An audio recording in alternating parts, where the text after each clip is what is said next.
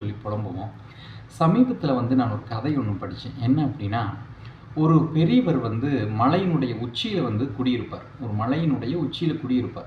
தண்ணீர் வேணும் அப்டின்னு சொன்னா, கீழ தான் எடுத்துட்டு போகணும். எப்படி எடுத்துட்டு போவார் அப்டின்னா, ஒரு குச்சியில 2 மண்பானைகள கட்டி, அதில இப்டி கட்டி சுமந்து அந்த மலை ஏறி தான் அந்த தண்ணீர கொண்டு போவார்.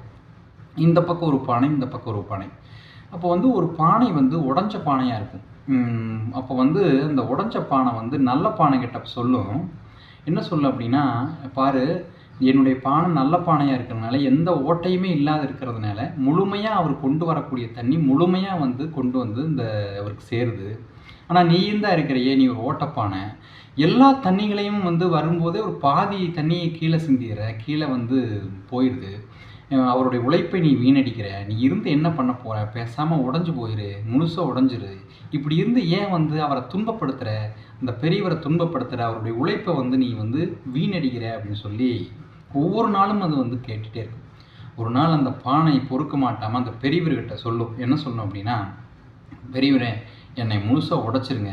இந்த பானை என்னை அவமானப்படுத்துது. என்ன அவமானப்படுத்துதுன்னா, நீ உடைஞ்ச பானை. நீ அவருடைய உழைப்பை வீணடிக்கிற. உன்னால எந்த பயனும் இல்ல" அப்படின்லாம் அவமானப்படுத்துது. "பேசாம என்ன முழுசா உடைச்சிருங்க பெரியவரே" அப்படின்னு சொல்லி அந்த உடைஞ்ச பானை அந்த பெரியவர்கிட்ட புலம்பும். இப்ப அந்த பெரியவர் சொல்லுவாரு, "நீ ஒண்ணும் பண்ண வேண்டாம். நான் தண்ணீர் கொண்டு வரேன் பாருங்களேன். தண்ணீர் கொண்டு வருகிற வழியில உன்னுடைய பக்கத்த பாரு. உன்னுடைய பக்கத்த பாரு. அதே சமயம் நல்ல பானைன்னு சொல்லி நீ சொன்னீயே, அந்த நல்ல பானையினுடைய பக்கத்தையும் பார்த்துட்டே வா" அப்படின்னு சொல்லுவார்.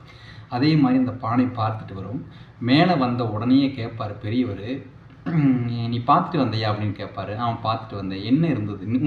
உன்னுடைய பக்கம் என்ன இருந்தது?" அப்படின்னு கேட்பாரு. "என்னுடைய பக்கம் அழகழகான செடிகள், அழகழகான பூக்கள்லாம் இருந்தது பெரியவரே" அப்படின்னு. "அந்த பக்கம் ஏதாவது இருந்ததா?" "அந்த பக்கம் காஞ்சு போன செடிகள், ஒண்ணுமே செடிகளோ, மலர்களையும் நான் பார்க்கவே இல்ல" அப்படின்னு அந்த ஓட்டப்பானை சொல்லும். அப்பதான் அந்த பெரியவர் சொல்லுவாரு, "பார்த்தியா? நீ தினமும் கொண்டு வருகிற போது, நீ ஊற்றுகிற அந்த தண்ணீரில் தான் அந்த பூக்கள் மலர்ந்திருக்கிறது. அந்த பூக்களைக் கொண்டு தான் தினமும் நான் இறைவனுக்கு படைக்கிறேன். இறைவனுக்கு படைத்து நான் அபிஷேகம் செய்கிறேன். அப்படின்னா, உன்னால தான் அந்த பூக்கள் இவ்வளவு அழகாக வளர்ந்திருக்கிறது. இவ்வளவு அழகாக அது மலர்ந்திருக்கிறது" அப்படின்னு அந்த பெரியவர் சொல்லுவார். "ஆமா, அப்போ நீ சொன்னியே, நான் ஒரு வீணானவன், எந்த பயனுமே இல்லைன்னு சொன்னியே. இப்போ உனக்கு புரியுதா? நீ எவ்வளவு பயனுள்ளவனாக நீ வாழ்ந்து கொண்டிருக்கிறாய்" என்று அந்த பெரியவர் சொல்லுவார். அப்பதான் தன்னுடைய நிலையை அது உணர ஆரம்பிக்கும். வாழ்க்கையில இயற்கை அப்படிங்கிறது, இறைவன் அப்படிங்கிறதும், இங்க வாழ்க்கை நமக்கு கொடுக்கிற போதே ஏதோ ஒரு பொருளோட தான் கடவுள் குடுக்குறாரு. ஆனால் அந்த பொருளை உணராத போது தான் நாம் புலம்ப ஆரம்பிக்கிறோம் அப்படிங்கிற மாதிரியான ஒரு கதையை இந்த கதை மிக அருமையாக உணர்த்துச்சு. அதைத்தான் நான்